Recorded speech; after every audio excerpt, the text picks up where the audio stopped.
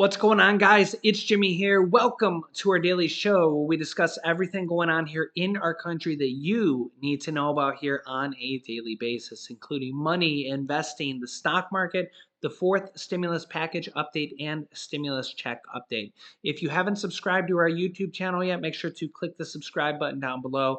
I will keep you up to date here with everything going on here in our country on a daily basis. And also, thanks so much for hitting the like button for us down below. It really helps out our YouTube channel. In this video, we got several different states to talk about here that are sending out money to their residents with stimulus checks or tax rebate checks or inflation relief here. More and more states are trying to do that or are doing that here, using their portion of the stimulus money from last year or just because they have surplus money.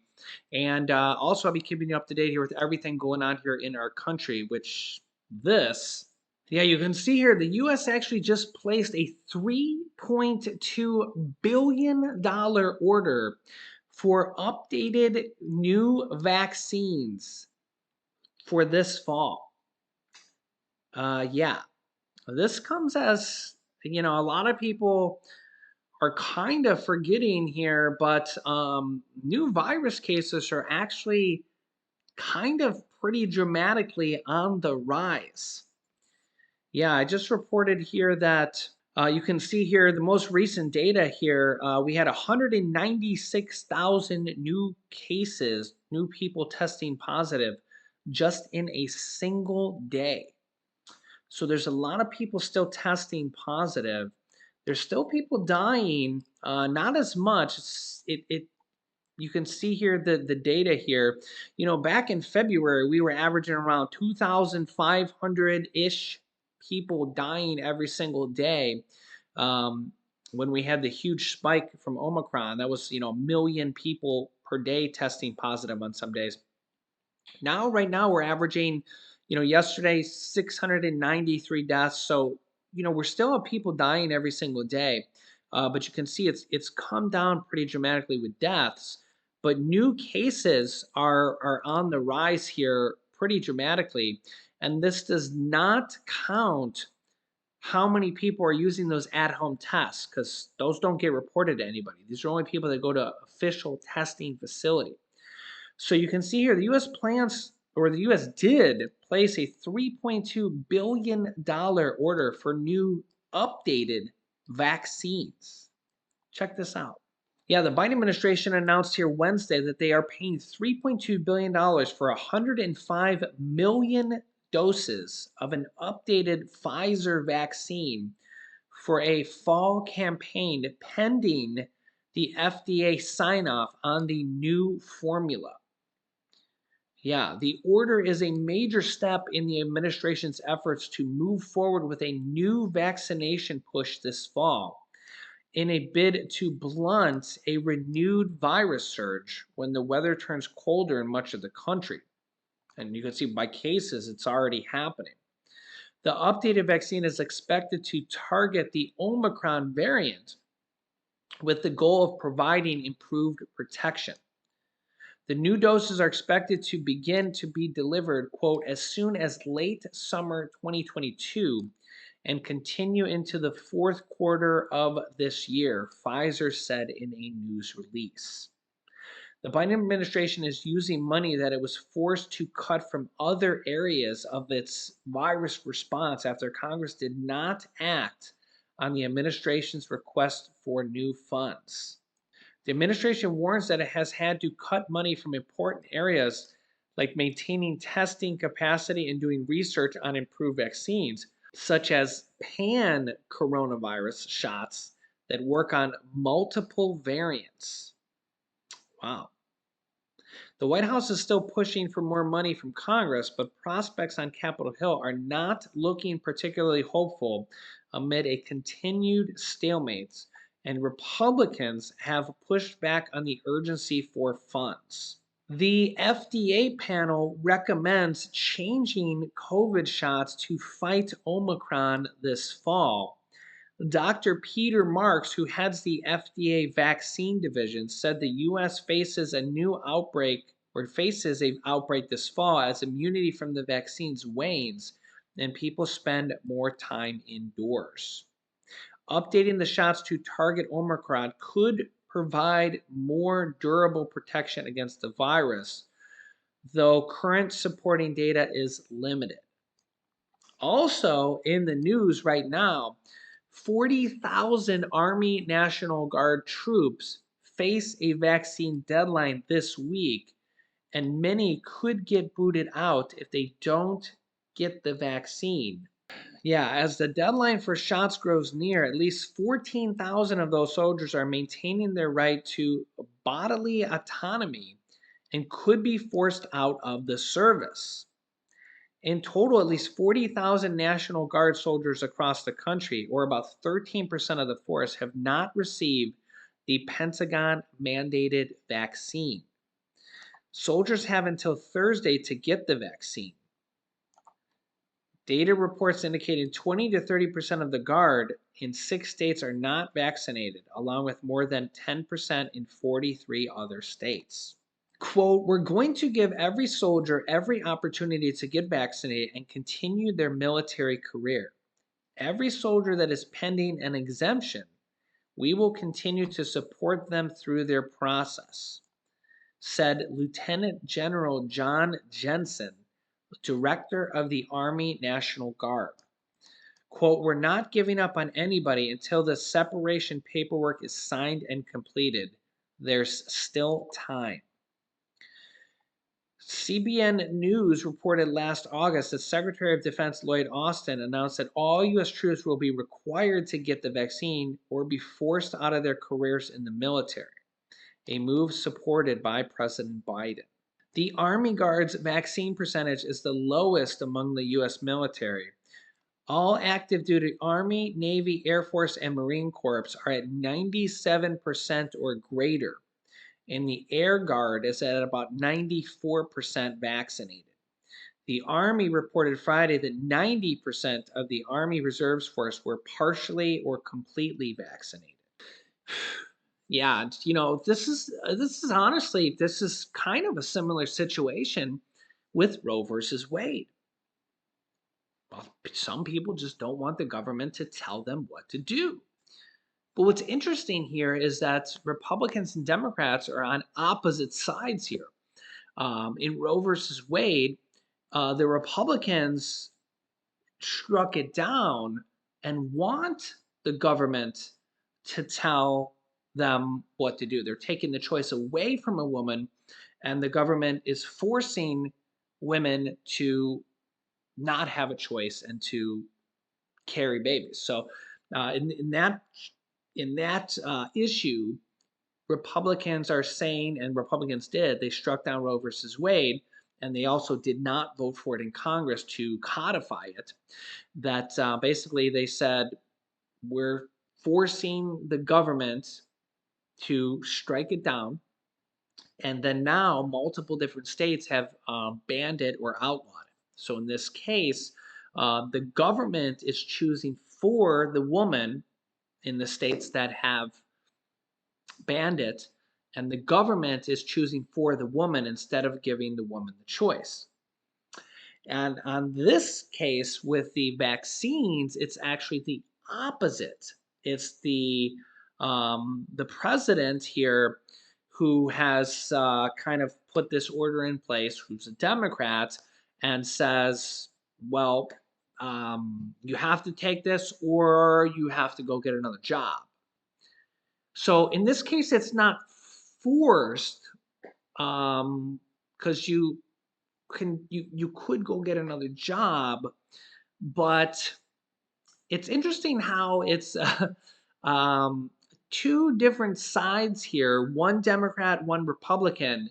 Both of them are saying that we don't want the government to tell us what to do, but they're on reverse sides here, if you know what I'm saying here. In one case, it's the Republicans saying we don't want the government telling us what to do. And in the other case, it's the Democrats telling us, saying we don't want the government telling us what to do. Yeah, it's kind of, yeah. You let me know your thoughts here in the comments, but yeah. Yeah. So we'll have to see here. Let me know your thoughts on the new Omicron variant vaccine. And yeah, we'll have to see how that goes. We're gonna have to get data on it, all this stuff, and the thing is that now it's that it's personal choice. You can go get the vaccine if you want, unless your job requires it of you. If your job requires it of you, you actually do still have a choice because you can go get another job if you want to, or you could get the shot if your job requires it of you. I know that's a little bit more of a ultimatum choice, but you do still have a choice there. So it's not a fun choice. It's not a fun choice at all. And by all means, I know that definitely a lot of people have left their jobs because of that. But it's different than forcing someone. Like if you're a woman and you're in a state that has banned abortion, if you don't have the means to leave, uh, you're forced to carry that baby. Now, we'll have to see how that happens. But what just happened here. But that's literally the government forcing somebody to carry a baby, uh, potentially against their will. I mean, that's going to probably happen at some point with thousands of women in the future. And it's interesting how Democrats and Republicans are on opposite sides of the table, but want the same thing. They don't want the government to tell them what to do. Isn't that strange? Yeah. You can't make this stuff up. So if you really kind of look at it, um, I don't know. You let me know your thoughts here in the comments. But all right, let's move on to some states that are helping out their people, at least monetarily. Oh, I guess I also should mention here that Dr. Fauci says he is experiencing a rebound of symptoms. He just recently tested positive for the virus here. He's been vaccinated multiple times, and he just took a Paxlovid. Here's what's happened to him. Dr. Fauci said he is experiencing a rebound of virus symptoms after taking Pfizer's antiviral drug Paxlovid. Dr. Fauci, who's 81 years old, contracted the virus earlier this month, and while his symptoms were initially minimal, he was prescribed a 5-day course of Paxlovid when they worsened because of his age, or at least this article says. Paxlovid is, quote, the leading treatment for the virus, again, according to this article, and is used to prevent the risk for severe disease in high risk people who test positive, including the unvaccinated and the elderly. The drug was made available. This is from The Hill, by the way. They seem to be nonpartisan. The drug was made available under emergency use from the FDA in December. Speaking during a foreign policy global health summit on Tuesday, I I assume it was virtually. I'm not sure. Fauci said he tested negative for 3 days in a row after he finished taking Paxlovid. But then on the fourth day, he tested positive again, a phenomenon that's referred to as Paxlovid rebound. Scores of patients have reported a similar experience, and the CDC last month warned providers to be on the lookout for a rebound in Paxlovid patients between 2 and 8 days after initial recovery. A rebound doesn't mean the person is reinfected, but experts think it's part of the natural history of the virus and can occur regardless of a person's vaccination status. Fauci said that he felt really poorly and his symptoms felt much worse in the day or two following the rebound, and he started a second course of Paxlovid. Whew. So, I mean, really, this just shows that a lot of people are still getting the virus and it can still be severe. In the previous video, we showed that new study shows that almost 20% of people are getting long COVID where they have symptoms long term. Yeah, for several months or even longer. So, there's also that to combat. Even if you don't die from the virus, you could have that as well. Yeah, so just recently here, Tennessee Republicans for Tennessee deliver historic tax cuts amid inflation. Here in Tennessee, Republicans will continue to cut taxes. Our citizens are the second lowest taxed in the nation, and we collect zero income tax. Our state economy has consistently outpaced the nation over the past decade. While Tennessee cannot independently cure all the damage the Biden administration's reckless policies are creating, our fiscal conservatism has well positioned us to provide meaningful relief in our state. This year, Republicans in the General Assembly provide an unprecedented 300 million in direct cuts benefiting every citizen as well as small business owners. The fastest and most direct way we are putting money back into the pockets of Tennessee families is through sales tax holidays. In addition to our traditional sales tax holiday at the beginning of the school year on clothing and supplies, we have provided a month-long sales tax holiday on food for the entire month of August. Tennessee drivers will also see a tax break in the form of reduced fees when they renew their car's registration this year. The General Assembly waived the state's portion of annual fees for passenger vehicles and motorcycles from July 1st through June 30th, 2023. Another tax cut that goes into effect on July 1st allows Tennessee retailers, investors, and savers to acquire precious metals such as gold, silver, and palladium, and platinum bullion and coins without being taxed. We are making it less expensive for gun owners to safely store their firearms by extending the current sales tax holiday on gun safes and locking devices through June 30th.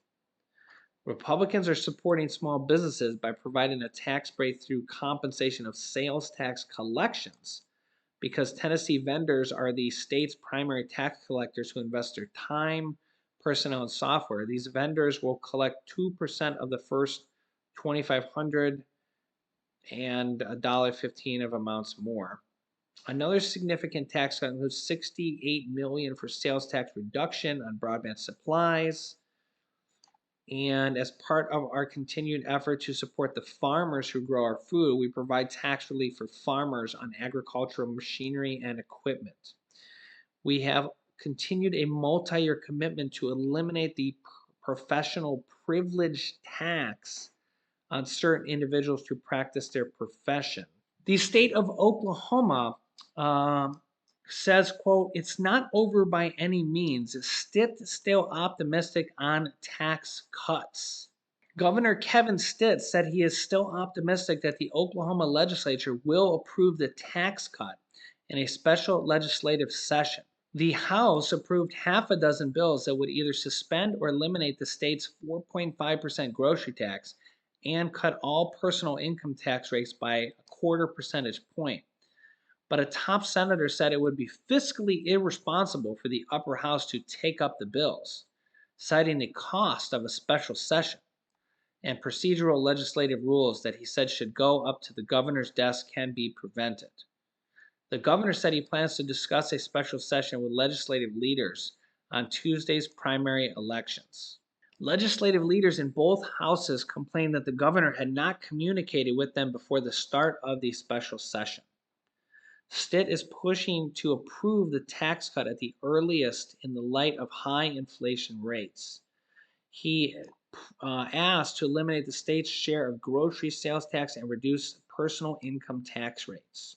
Lawmakers could also address tax cuts in a special session on federal stimulus relief if 2/3 of both houses agree to add the issue to the agenda of the special session. Also, I mentioned this in the last video, but I don't think I mentioned this part. New Jersey child tax credit would give $500 back to some New Jersey families. Here's the details, $500.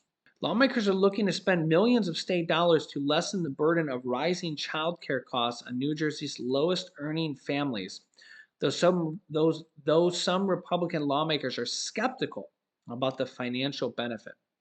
The proposal, which was fast tracked in Trenton amid a chaotic budget season, would create the New Jersey Child Tax Credit Program and give a refundable tax credit, which means you'll get a check whether you owe the state money or not, of up to $500 per year for each child under the age of 6 for families earning up to $30,000 a year. After that, the credits would decrease by $10 for every thousand of yearly family income above 30,000 until reaching a minimum of $300 per child for a household earning up to $80,000. Quote, it helps New Jerseyans live in place and work to raise a family, said one of the bill's sponsors. The child tax credit for the state directly provides assistance to families without the necessity of submitting additional applications. Republicans panned the bill for not offering the tax credit for children over the age of 6 and the timeline for when families would see the benefits. I mean, I understand that. The proposal passed 31 to 6 in the Senate and 76 to 2 in the Assembly on Wednesday afternoon and was sent to Governor Phil Murphy's desk to be signed. So it looks like it was passed. And for example, over 14% of New Jersey children under the age of 5 live in poverty, according to the state health department. That number jumped to nearly 25% of Black children and nearly 23% of Hispanic children, compared with just 11.4% of white children. So these child tax credits do help take a lot of children out of poverty. It just really helps them pay for food, necessities, and rent payments and keeps them really just a roof over their head. So yeah, a lot of states are have their own child tax credit payments on the state level as well. Um, so I'll keep up to date with that. And remember, all you got to do is most of the time just file a state tax return with them. Even if you don't normally file tax returns, you might want to file a tax return with the state just so you can get that money. So yeah, it's just the more you know, the more informed you are, the more the more money you might get. Yeah, so I'll keep you up to date here with all the states and all the details I can here going forward. Everything on the federal level, state levels, everything going on here that you guys need to know about on a daily basis. So make sure you're subscribed to our YouTube channel and you've clicked the bell so you get notifications when we go live here with new videos. I will keep you up to date here with everything. And you can also share this video or share the channel here down below to your friends and family so that they can join here as well. There's a share button down below as well. You can click here to watch my newest video about checks that are going out here in July for millions of people. And if you have student loans or anybody you know has student loans, click this video because there was billions of dollars just forgiven. So click on one of those videos next. Thanks for watching, guys, and I'll see you in the next video.